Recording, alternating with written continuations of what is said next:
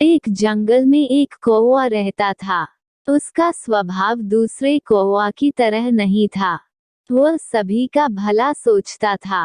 वह जंगल में चारों तरफ उड़ता रहता था और देखता रहता था कि किसी को कोई खतरा तो नहीं है। एक दिन उसने देखा, एक शिकारी जंगल की तरफ आ रहा है। उसके हाथ में एक जाल था। उसने शिकारी का पीछा किया। शिकारी ने एक पेड़ के नीचे आकर दाना फैला दिया और उसके ऊपर जाल बिछा दिया।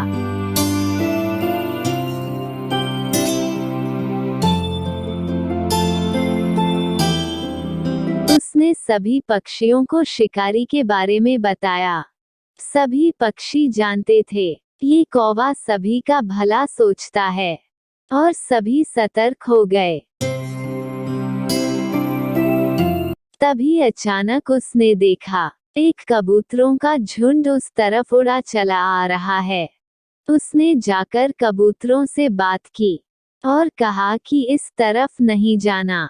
उस पेड़ के नीचे शिकारी जाल डालकर पेड़ के पीछे छिपा बैठा हुआ है। एक कबूतर ने कहा, तो तुम खुद ही सभी दाना खाना चाहते हो।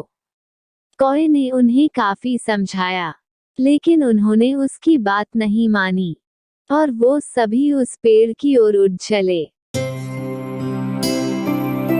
भूखे होने के कारण उन्हें केवल दाना ही दिखाई दिया, जाल दिखाई नहीं दिया। जाकर दानों पर टूट पड़े। जैसे ही दाना खाने लगे, शिकारी के जाल में फंस गए।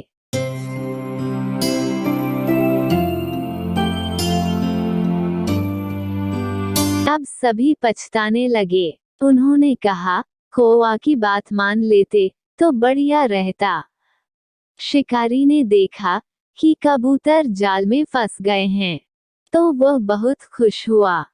कबूतरों ने अपने सरदार से कहा, हम इस जाल में फंस गए हैं, अब क्या करें? शिकारी हम सभी को पकड़ कर ले जाएगा। कबूतरों के सरदार ने कहा, यदि हम एक साथ प्रयास करें तो हम इस जाल के सहित उड़ सकते हैं। सभी तैयार हो गए। जैसे ही शिकारी नजदीक आया, सभी एक साथ जोर लगाकर उड़ गए।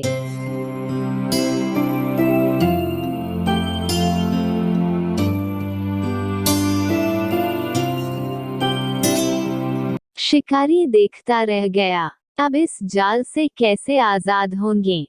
तभी कबूतरों के सरदार को याद आया, उसका एक चूहा दोस्त है। वह सभी को चूहे के पास ले गया।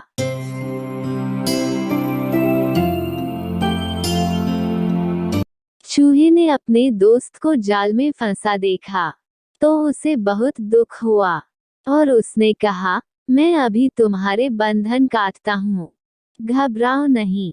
तब कबूतरों के सरदार ने कहा, नहीं, सबसे पहले मेरे साथियों के बंधन काटो, मेरे सबसे बाद में काटना।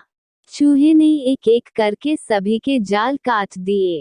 अंत में कबूतरों के सरदार का जाल काट दिया। सभी बहुत खुश हुए।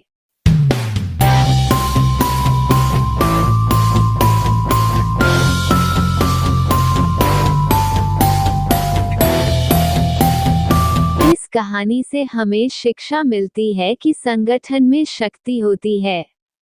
संगठित रहने से संकट के समय में भी समस्या का समाधान मिल जाता है।